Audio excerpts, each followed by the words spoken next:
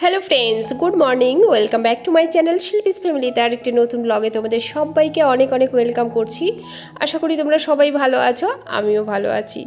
আজকে কিন্তু এখন বাজে হচ্ছে ওই তো 8:30টার মতো বাজে, 8টা 8:30 হবে, এর বেশি হবে না। আজকে কিন্তু একটুখানি লেট করে ফেলেছি, তারও রিজন আছে। সমস্তটাই আজকের ভিডিওতে তোমাদের কাছে শেয়ার করব। তাছাড়া যেটা সব থেকে গুরুত্বপূর্ণ আজকের ভিডিওর, সেটা হলো একটা হয়তো বা ভুল করে ফেলেছি। তোমরা কিন্তু অবশ্যই কমেন্ট করে, দিদিভাইরা অবশ্যই, বোনেরা দিদিভাইরা সবাই একটু কমেন্ট করে জানাবে যে ভুল করলাম কি ঠিক করলাম। তোমরা তো রিসেন্ট দেখতে পাচ্ছ আমাকে 24 ঘন্টা ছুটে বেড়াতে হয় শুধু মেয়েদের আনা নেওয়া। মেয়ের 16 বছর হয়ে গেল, প্রায় চলছে। বড় মেয়ের 16 বছর বয়স, ছোট মেয়ের প্রায় 13 হতে যায়। তো যাই হোক, দুই মেয়ের বেশ মোটামুটি তোমরা বুঝতেই পারছো, মোটামুটি বড় হয়ে গেছে, একদম ছোট নেই, সবসময় যে আমার পাশেই থাকতে হবে ওরকম নেই। মোটামুটি একা চলতে শিখে গেছে, যদি ছাড়ি তবে। যাই হোক, স্নান টান করে সকালবেলা ঘরটর গুছিয়ে সুন্দর সব পরিষ্কার করে রেখে স্নান টান করে সারলাম। স্নান করে একটুখানি ক্রিম না দিলে, বুঝতেই পারছো এখন শীতকাল, হাত পায়ে একটু ক্রিম না দিলে, তবে রান্নার পরে না, আমার না এটা আবার কী জানি কী অভ্যাস, আমার রান্নার পরে শরীর এত নোংরা লাগে, মনে হয় যেন যদি নাইটিটা চেঞ্জ করতে পারতাম, গা ধুতে পারতাম, তাহলে ভালো লাগতো। কিন্তু শীতকাল যেহেতু ঠান্ডা লেগে যাচ্ছে, আমার ভয়েস ওভার শুনে বুঝতেই পারছো, তো সেইখান থেকে স্নান তো আর করা যাবে না। তো তারপরে কি বলো তো, ভালো করে মুখটা সুন্দর ওয়াশ করে নিই, তারপরে আবার ক্রিম দিয়ে দিই। আমাকে একটা দিদিভাই বলছিল যে দিদিভাই না, আমার একটা বুনু বলছিল, দিদিভাই সারাদিন তো প্রচুর খাটাখাটনি করো, একটু নিজের যত্ন নিও।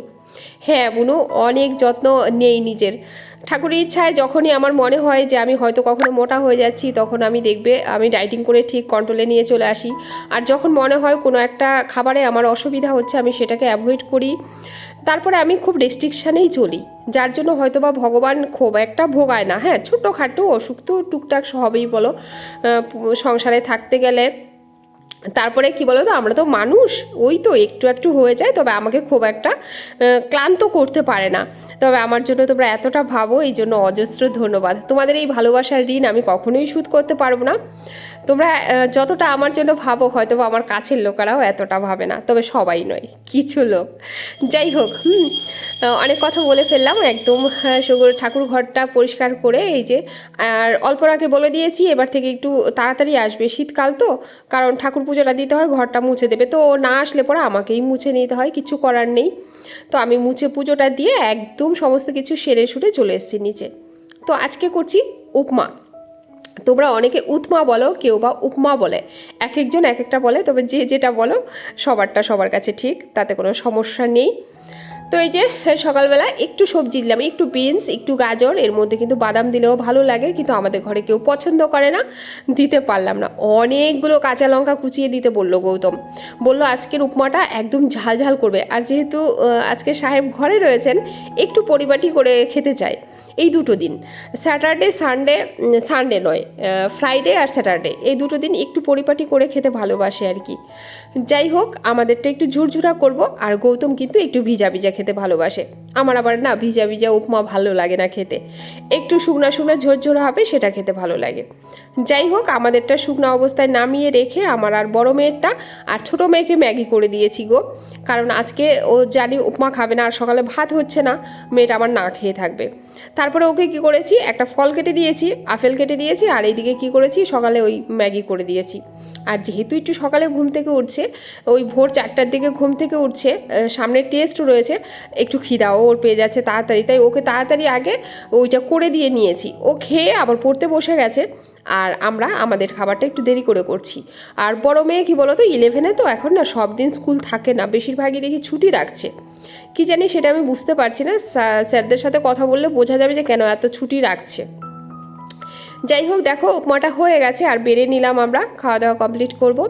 তো হ্যাঁ, যেই কথা তোমরা টাইটেল থাম্বনেল দেখেছো সেটা নিয়ে আলোচনা করি, সেটা হচ্ছে তোমরা অনেক দিন ধরেই দেখছো যে আমাকে এত ছুটতে হয় না বাইরে বাইরে, শুধু মেয়েদের আনা নেওয়া এই করতে করতে আমার অনেকটা টাইম চলে যায়, অনেকটা টাইম। তো সেখান থেকে না আর পেরে উঠছি না, আর গৌতমও যেহেতু অফিসে থাকে বেশিরভাগ আনতে পারছে না, তো ওই জন্য সমস্যা হচ্ছে। কি করবো বলো?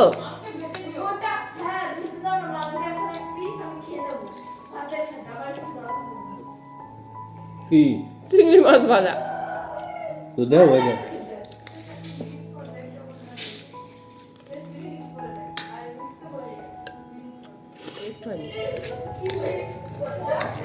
ফ্রেন্ডস, কেমন আছো তোমরা? Welcome back to my channel Shilpi's ফ্যামিলিতে আরেকটি নতুন ব্লগে তোমাদের সবাইকে অনেক অনেক ওয়েলকাম করছি। আশা করি তোমরা সবাই ভালো আছো, আমিও ভালো আছি। আর দেখলে সকাল সকাল একদম সমস্ত কাজ সেরে স্নান টান করে তারপরে উপমা করলাম।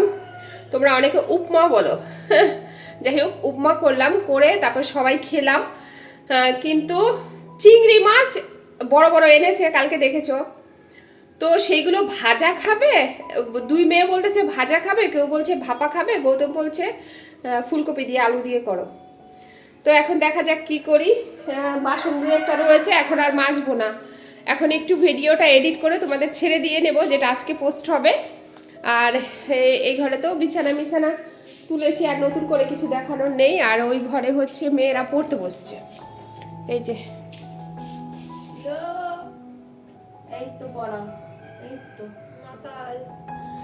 একটু ঠান্ডা ঠান্ডা আছে তো, কম্বল আর রাখা যায় না, ভাঁজ করা যায় না, কারণ ঠান্ডা লাগে জানো তো। তো চলো এখন ভিডিওটা এডিট করি, এডিট করে ছেড়ে দিয়ে নিই। সারাদিন দেখতে থাকো ব্লগটা, আশা করি তোমাদের কাছে কিন্তু ভালো লাগবে। তো কি বলো তো, এইখানে আজকে এই যে মূলো আর শিম একসাথে মিলিয়ে, তোমরা কখনো ডাল করেছো? কিন্তু ঘাটবো না ডালটা আমি, মানে এমনি করবো। আর এটা হচ্ছে একটা মাখা তরকারি, এটা হচ্ছে চাপিলা মাছ, খুব নরম মাছ কিন্তু খেতে খুব ভালো হয়। আর কালকে আজকে চিংড়ি মাছ ভাজা খাবে বলছে মেয়েরা। তো দেখো এখানে কি করলাম বলো তো, প্রথমে ডালটাকে ফোড়ন দেবো, আর ডালটাতে শুকনো লঙ্কা আর জিরা ফোড়ন দিয়ে করবো, একটু ধনেপাতা দেবো। আর এই সিজনে কিন্তু সব তরকারিতে একটু ধনেপাতা ভালো লাগে, দেখবে একটা সিজন থাকলে ওই সিজনে কিন্তু সব কিছুই ভালো লাগে। এখানে কুচিয়ে নিয়েছি, ওটা হচ্ছে চাপিলা মাছ দিয়ে করব। কি বলো তো, একটু বেগুন, একটু মূলা, আর একটু আলু, আর একটু শিম, সব কিছুই একটুখানি কুচিয়ে নিয়েছি, খুব একটা কুচাইনি। মাছগুলো যেহেতু একটু বড় সাইজের, একটু বড় করেই কুচিয়েছি। একদম মাখা তরকারি। এই চাপিলা মাছের হাতে মাখা তরকারিটা একবার ঘরে অবশ্যই ট্রাই করো, আশা করি তোমাদের ভালো লাগবে। যারা কাঁচা মাছের তরকারি খেতে ভালোবাসো, যারা কাঁচা মাছ খেতে না ভালোবাসো তাদের ব্যাপারটা আলাদা। কারণ আমাদের ঘরে কেউ কেউ আছে যে খুব ভালোবাসে কাঁচা মাছ, আবার কেউ আছে কাঁচা মাছটা ভালোবাসে না। আমি আর গৌতম কিন্তু কাঁচা মাছের তরকারি খেতে বেশ ভালোই বাসি, আমিও ভালোবাসি, গৌতমও ভালোবাসে, ছোটো মেয়েও মোটামুটি খায়, কিন্তু বড় মেয়ে কাঁচা মাছ এইভাবে খেতে চায় না, ওর খুব অপ্রিয়, অপছন্দ। তো এই মাছের জন্য নিলাম একটুখানি জিরা, নিলাম 1 চামচ সর্ষা, আর নিলাম একটুখানি আদা।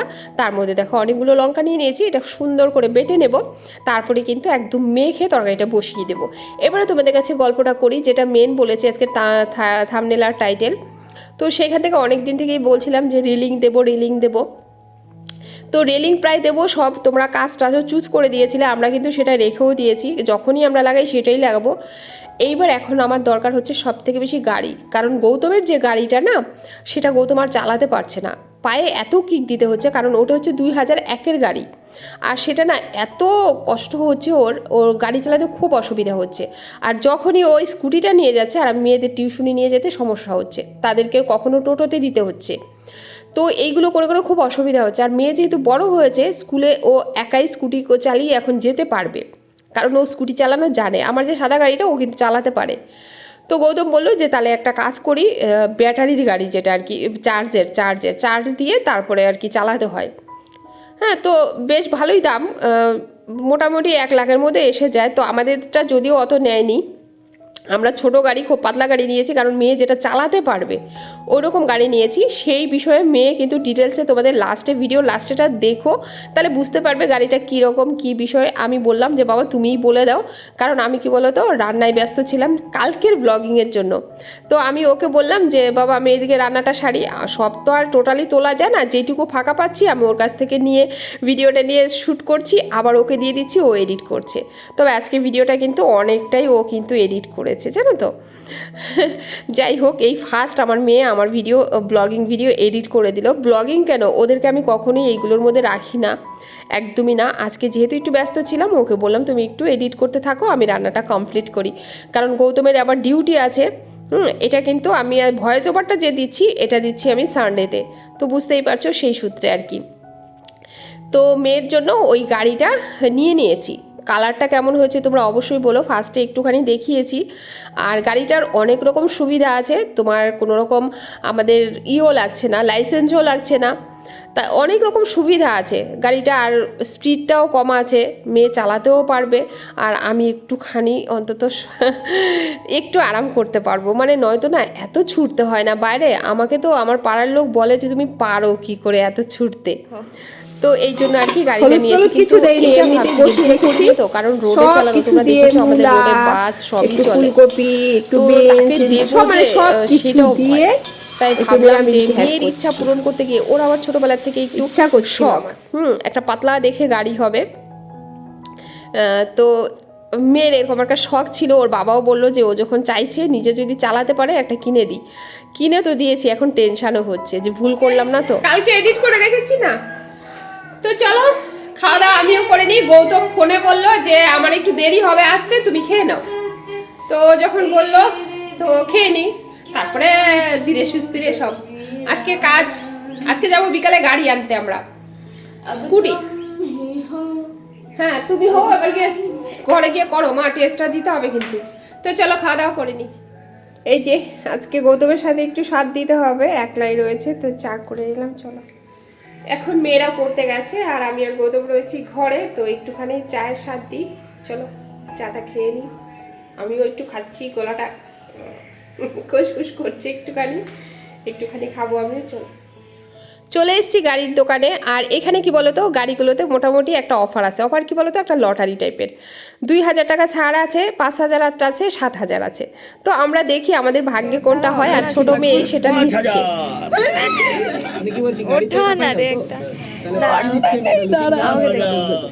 এই দুটোর মধ্যে একটা ভাব, দাঁড়া দেখতে এই দুটোর মধ্যে। তো যাই হোক, আমরা লটারিতে খুব বেশি পাইনি, 2000 টাকা ছাড় পেয়েছি। তো যাই হোক, 1000 টাকা থেকে শুরু ছিল। আমার মনে হচ্ছে কি বলতো, 5000 আর 7000 সেটা মাত্র একটা মাত্র কুপনই ছিল, বা দুটোই ছিল, একটা করেই ছিল, 2000-এরই বেশি কুপন আমি যতদূর বুঝতে পারলাম। তো যাই হোক, আমাদের 2000 টাকা ছাড় দিল। আর এখানে ওরাই বলছিল যে আপনারা একটু ফটোশ্যুট করে নেন, আর ওদের একটা আবদার ছিল যে আপনার যেহেতু ছোট্ট একটা চ্যানেল রয়েছে, প্লিজ একটুখানি যদি আপনারা ভিডিওটা দেখান। তো আমি বলেছি হ্যাঁ অবশ্যই, একদমই প্রমোশন নয়, ওনারা কিন্তু আমাকে কোনো রকম টাকা পয়সা দেয়নি, তোমরা কিন্তু সেটা ভেবো না। আমি আমার মতো করে আমি বললাম আমার ছোট্ট একটা চ্যানেল, আমার থেকে যদি আপনাদের একটু উপকার হয় তাহলে তো খুব ভালোই। আর সত্যিকারের প্রচুর বিক্রি হচ্ছে, এখানে নতুন হয়েছে এই শোরুমটা, ছোট্ট করেই আগে স্টার্ট করেছে, বাট খুব সেল হচ্ছে। আর গাড়িটা যতদূর দেখলাম এখনও পর্যন্ত যেটা বুঝে ভালো, এবার দেখা যাক নেক্সট টাইম চালাতে চালাতে বুঝতে পারবো। তো অনেক রকম সুবিধা আছে। আর এখানে দেখো রাস্তায় মেয়েরা আনন্দে বলছে যে পাপা চলো একটু ফুচকা খাবো, তো ওর পাপা খেলো একটা, আমি খেলাম একটা, আর ওরা পুরোটাই খেলো। তারপরে ভাবলাম একটু বিরিয়ানি নেই, আর বাবা মায়ের জন্য একটু গরম রসগোল্লা নিয়ে যাই, তারা তো আর বিরিয়ানি এইগুলো খায় না, বাবা মায়ের জন্য রসগোল্লা নিয়ে যাব। তো রাস্তায় যখন যাচ্ছি তখন আমার শাশুড়ি মায়ের আবার একটা বোন, উনি আবার বলছে বৌমা কোথায় গেছিলে, যখন দেখলো গাড়ি তো আবার ওই মাসিমাকেও 100 টাকার মিষ্টি কিনে দিলাম, যে মাসিমা তুমি এটা নিয়ে যাও। আর এখান থেকে আমরা কী নিলাম বলো তো, ছোলে ভটুরে নিলাম। ছি কি জঘন্য ছিল খেতে, ভাবতে পারবে না। আমার না রাত্রে গিয়ে রান্নাই করতে ইচ্ছা করলো না, ঘুরতে এসেছি যেহেতু 4 জনে মিলে বেশ মস্তিই হচ্ছিল। আর গৌতম যদি আমাদের সাথে কোথাও যায়, খাওয়া দাওয়াটা একটু অন্যরকমই হয়, আর মেয়েরাও খুব আনন্দ পায়। হ্যাঁ আমারও ভালো লাগে বরাবর, কারণ ওই মানুষটাকে আমি কখনোই ওরকমভাবে কাছের থেকে খুব বেশি পাই না, খুব কম, খুব রেয়ার, পেলেও খুব কম, যার জন্য ভালোই লাগে। আর দেখো নিয়ে এসেছি ধোসা, নিয়ে এসেছি ছোলে ভটোরে, নিয়ে এসেছি একটা বিরিয়ানি, আর নিয়ে এসেছি আমাদের জন্য 100 টাকার মিষ্টি। মায়ের জন্য নিলাম 100 টাকার মিষ্টি, আমাদের জন্য 100 টাকা, মাসিমার জন্য 100 টাকার মিষ্টি। তো নিয়ে ঘরে এসেছি খাওয়া দাওয়া করে। আর কালকে তোমাদের কথা দিয়েছিলাম না, মামাবাড়ি থেকে যে শাড়িটা দিয়েছে সেটা তোমাদের কাছে আজকে শেয়ার করব। খাওয়া দাওয়া কমপ্লিট করি, তারপরে ভাবছি তোমাদের কাছে শাড়িটা কমপ্লিট করব, মানে শাড়িটা দেখাবো। আর সত্যি বলতে কি বলো তো, খিদেও পেয়েছে। বিকেলে আজকে কিছুই খাওয়ানি, শুধু গৌতম আর আমি 1 কাপ চা খেয়েছিলাম। তো বেশ ভালো খিদে পেয়েছে, ভাবলাম একটু খেয়ে নিই, তারপরে তোমাদের শাড়িটা দেখাবো, ঠিক আছে? আর কি বাজে ছিল আজকে, শুধু বিরিয়ানিটা ভালো ছিল, বাদবাকি যত খাবার ছিল না জঘন্য থেকে জঘন্যতর। এই জন্য না ফুটপাত থেকে কোনো খাবার না আমি নিতে চাই না, ভালো লাগে না আমার, সত্যি বলতে। আমরা বিকেলে কেউ টিফিন করিনি, ওইখান থেকে আসার পরে ওই তো চা খেলাম আমি আর গৌতম। তো মেয়েরা টিউশনিতে ছিল, ওইখান থেকে ওদের গিয়ে নিয়ে এসে আমরা একদম চলে গেছি এই স্কুটি নিতে।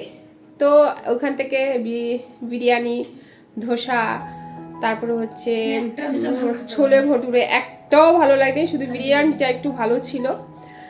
যাই হোক, রাত্রে খাওয়া দাওয়া আমাদের হয়ে গেছে। আমি আবার এখন একটু ভাতও খেলাম, গুঁড়া মাছের মানে চাপিলা মাছের যে চচ্চড়িটা ছিল সেটা দিয়ে একটু ভাতও খেলাম। গৌতম ভাতই খেয়েছে, গৌতম ওইগুলো মুখে দিয়ে বলছে ছ্যা ছ্যা ছ্যা, আমি খাবো না। আর মেয়েরা তাও বিরিয়ানিটা নিয়ে এসেছি বলে ওদের হয়ে গেছে। যাই হোক, চলো খাওয়া দাওয়া কমপ্লিট হলো।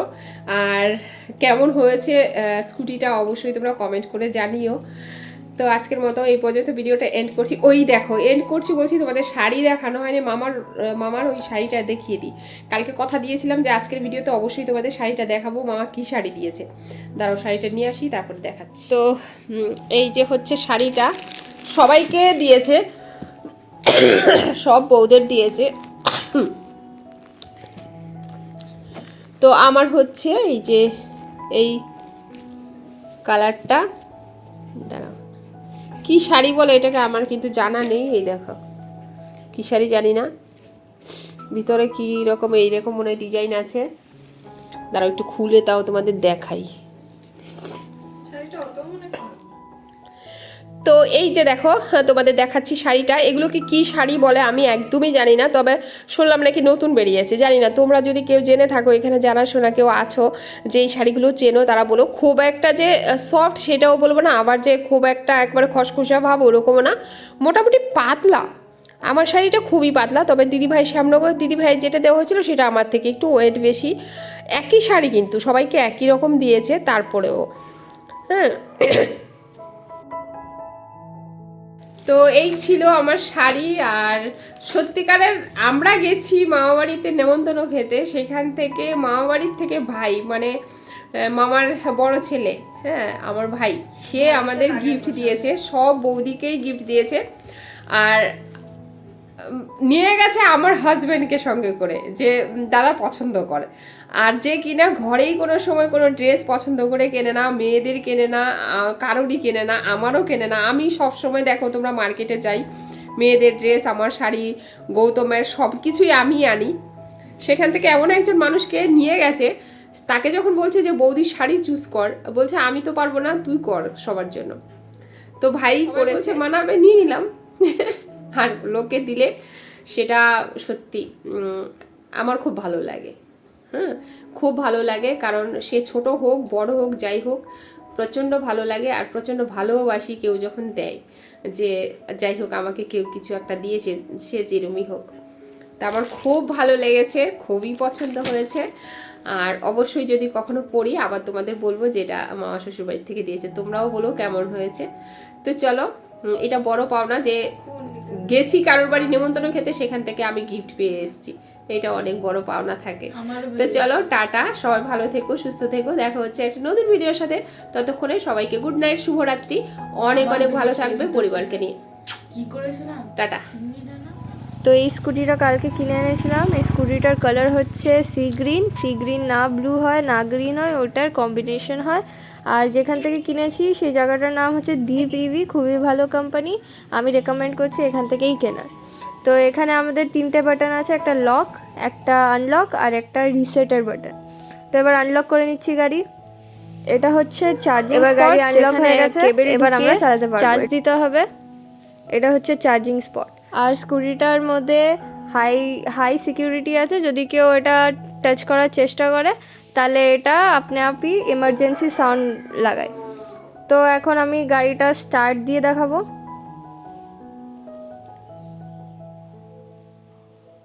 তো এবার স্টার্ট হয়ে গেছে। এটা হচ্ছে চার্জ কতটা আছে, আর এই পি মানে হচ্ছে পার্কিং মোডে আছে। এটা পি বাটনটা টিপলে পার্কিং থেকে রাইডিং মোডে এসে যাবে।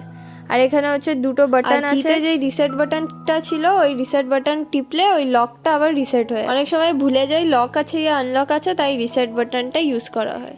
এইটা মানে রিভার্সে গাড়ি চলে, মানে এটা দাবিয়ে যদি অ্যাক্সেলারেটর দাবাই তাহলে ওটা রিভার্সে গাড়ি চলবে, তাই টেনে টেনে নিয়ে যেতে হবে না, টেনে টেনে নিয়ে যাওয়াটা ঝামেলাটা থাকবে না।